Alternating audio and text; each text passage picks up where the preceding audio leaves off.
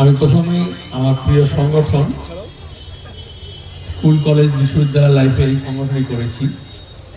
SFI এর জেলা সম্মেলনকে অভিনন্দন জানাচ্ছি। প্রচণ্ড শীত, তো রোদের দেখা নেই, তার মধ্যে দাঁড়িয়ে সমাবেশ এবং সম্মেলন তার সাফল্য কামনা করছি। অনেকদিন পরে আমার সালারে আসা হলো। প্রায় 25 বছর আগে যখন আমি মন্ত্রী, তখন এই সালারের বাবলা গ্রামে ভাষা আন্দোলনের শহীদ বরকতের অনুষ্ঠানে এসেছিলাম, যাতে তারপর থেকে প্রত্যেক বছর 21শে ফেব্রুয়ারি ভাষা আন্দোলনের স্মরণে বরকতকে স্মরণ করা হয়। আবার ওই তখন আসতে হতো নাগর বিদ্যালয়ে 11-12 আর্টস আছে, সায়েন্স নেই, তো তার সায়েন্স বিভাগ বিজ্ঞান বিভাগ চালু করার জন্য এসেছিলাম, ভোকেশনাল ট্রেনিং এর জন্য হয়েছিল।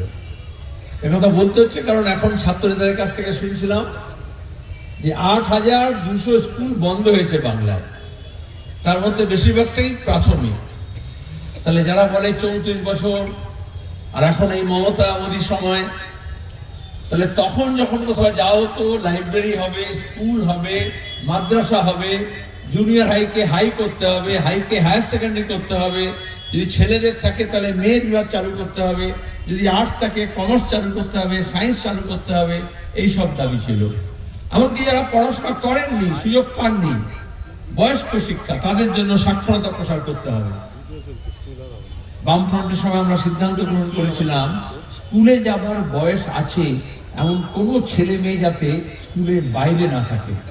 এই জন্য গ্রামে গ্রামে গিয়ে, বস্তিতে গিয়ে, কলোনিতে গিয়ে মিটিং করে বলা হতো যে লিস্ট করো কোন ছেলে মেয়ের বয়স স্কুল যাওয়ার মতো 14 বছরের মধ্যে আছে, 5 বছরের ওপরে কিন্তু স্কুলে যায় না, 100% এনরোলমেন্ট করতে হবে। আমরা প্রায় 100-র কাছাকাছি পৌঁছে গিয়েছিলাম। আজকে কেরালা আছে, বাম শাসিত রাজ্য, সিপিএম এর নেতৃত্বে, সেখানে শুধু স্কুলে 100%, সাক্ষরতা 100% তা নয়, দারিদ্র নেই, চরম দারিদ্র মুক্ত এই নভেম্বর মাস থেকে একটা রাজ্য।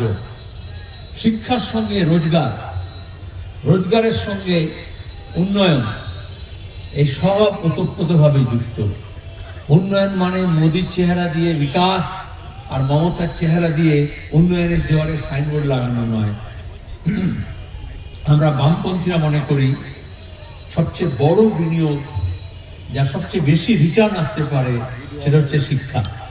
যেখানে শিক্ষায় বিনিয়োগ করলে একদম একটা পরিবার শুধু নয়, একটা বংশ সে নিজের পায়ের উপর দাঁড়িয়ে মাথা উঁচু করে বুক চিতিয়ে এই জামানায় লড়ে যেতে পারে, এই দুনিয়ায় লড়ে যেতে পারে, টিকে থাকতে পারে।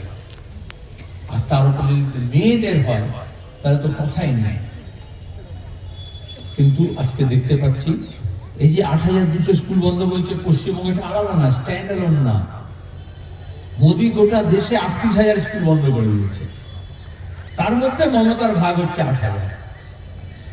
তাহলে আমরা এখন বলি বিজেপি তৃণমূল, অনেকে বলে না না ওটা আলাদা এটা আলাদা, কিন্তু নীতির দিক থেকে দেখুন গোটা দেশে প্রাইমারি থেকে বিশ্ববিদ্যালয় সরকারি ব্যবস্থাপনায় যা আছে সেটা নয়া শিক্ষানীতির নাম করে মোদি ব্যবস্থা করেছে তুলে দেবে। তারপরে Adani, Ambani, Australia, Canada, America, তারা এসে, ইসরায়েল, তারা এসে স্কুল কলেজ বিশ্ববিদ্যালয় করবে, কিন্তু আমাদের নিজেদের থাকবে না। আজও আছে কেন্দ্রের বিজেপির মন্ত্রিসভার আমাদের রাজ্যের নেতাদের দেখবেন সব ছেলেমেয়েরা এই ধরনের প্রাইভেট বিশ্ববিদ্যালয়ে বিদেশে গিয়ে পড়াশোনা করছে। কিন্তু আমার চাষির ঘরের ছেলে মেয়ে, আমার শ্রমিকের ঘরের ছেলে মেয়ে, আমার গ্রামের ঘরের ছেলে মেয়ে, বস্তির ঘরের ছেলে মেয়ে, যারা মেহনত করছে, যারা খেটে খাচ্ছে, তাদের ছেলেমেয়েরা কোথায় পড়বে? তাহলে মোদি মমতা মিলে আসলে এদের শিক্ষাটা বন্ধ করছে, শিক্ষা পুরোটা তুলে দিচ্ছে না। যার বাপ ঠাকুরদার ঢক আছে, আর নাহলে যারা ঠক আছে তারা কিন্তু অনেক কোটি টাকা, লক্ষ টাকা খরচ করে পড়াশোনার ব্যবস্থা করে নেবে। যেমন 5 স্টার হোটেলে গিয়ে কেউ থাকতে পারে, কিন্তু পাড়ায় যে চায়ের দোকান আছে সেগুলো যদি তুলে দেয় তো সবাই তো আর ওই বড় হোটেলে গিয়ে খেতে পারবে না।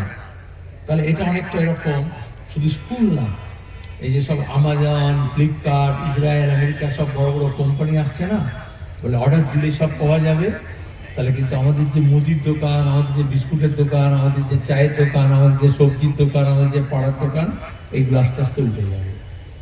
এটা হয়, এটা কি বলে যখন আমরা বলি বামপন্থী দক্ষিণপন্থী, এটা আলাদা শুধু ঝান্ডার রং না। বামপন্থী মানে হচ্ছে এই সবার অধিকার। তাহলে স্বাস্থ্যের হোক, শিক্ষার হোক, বাসস্থানের হোক, কাজের হোক, এটা সবার অধিকার। আর দক্ষিণপন্থী মানে হচ্ছে ওপর তলার কিছু মানুষের হাতে থাকবে, সেটা কুক্ষিগত। আর যেরকম রাজা, নবাব, সম্রাট থাকতো, যোদ্ধার, জমিদার থাকতো, জমি শুধু তাদের হাতে থাকতো, বাকি লোকেদের জমি ছিল না। তাহলে বাকি লোকেদের যখন জমি থাকবে না, তখন তাদের অন্য অধিকারও থাকবে না। এমনকি জমিদার বাড়ির সামনে দিয়ে পায়ে চপ্পল পরে যেতে পারবে না। কেরালায় তো মেয়েরা মুখে কাপড় রাখতে পারবে না। তাহলে আসলে সম্পত্তির অধিকারটা নিজে